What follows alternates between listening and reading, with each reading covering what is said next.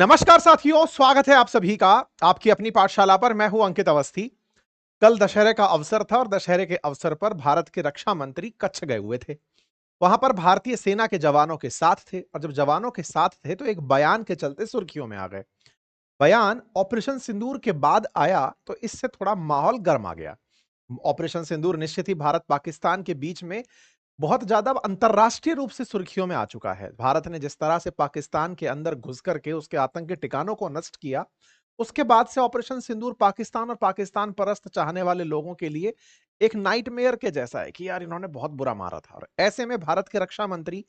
पाकिस्तान के बॉर्डर पर पहुंच करके बॉर्डर पर बैठकर पाकिस्तान को चुनौती दे रहे हैं और कह रहे हैं कि सुनो, आजकल जो तुम्हारी हरकतें चल रही है ना, उन्हें देखकर लग रहा है कि अब कराची दूर नहीं है। ऐसे में भारत की तरफ से शस्त्र हाथ में लेकर शस्त्रों की पूजा करते हुए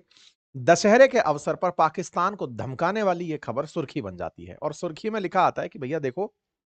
जो भी गलती अगर तुमने की सरक्रीक में तो उसका खामियाजा भुगतना पड़ेगा। यह बात बोलते ही सुर्खियां दो तरह से तैरने लगी कि यार ये सरक्रीक क्या है, पाकिस्तान ऐसी क्या गलती वहां कर रहा है, भारत आफ्टर ऑल ऐसे खुलेआम धमका क्यों रहा है। आइए सारी बातें बताएंगे, क्योंकि रक्षा मंत्री के बयान में जब ये बात आती है कि इसके बाद इतिहास और भूगोल दोनों बदल दिया जाएगा, ये वाली बात तो एकदम ऐसे लगता है जब पड़ोसी झगड़ा कर रहे हो कि तेरा भूगोल बदल देंगे। तो ऐसे में भारत ने पाकिस्तान को बिल्कुल लिटरली बॉर्डर पर खड़ा होकर के जो धमकाया, उससे ऐसा लग रहा है कि तुम्हारा भूगोल बदल देंगे अगर तुम जगह बकवास किए तो। अब वो वाली जो चीज है ना, उसके अंदर थोड़ा फील लीजिए, क्योंकि ये अवसर विजयदशमी का था और वहां पहुंच करके विजयदशमी पर जहां कहते हैं ना कि असत्य पर सत्य की जीत का अवसर था, ऐसे में रावण रूपी राक्षस को मारने के लिए जब देवताओं की सेना गई या फिर भगवान राम ने जिस तरह से पाकिस्तान रूपी राक्षस को नष्ट करने के लिए देवताओं रूपी सेना ने भारतीय सेना का रूप लिया,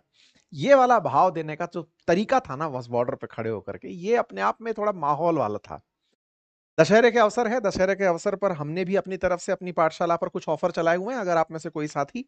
इस अवसर का लाभ लेना चाहता है तो हमारे बैचेस के साथ साथ हमारे handwritten notes free of cost उपलब्ध कराए जा रहे हैं, आप उन्हें एक्सेस कर सकते हैं। बातें बाजार की एप्लीकेशन पर स्टॉक मार्केट और म्यूचुअल फंड पर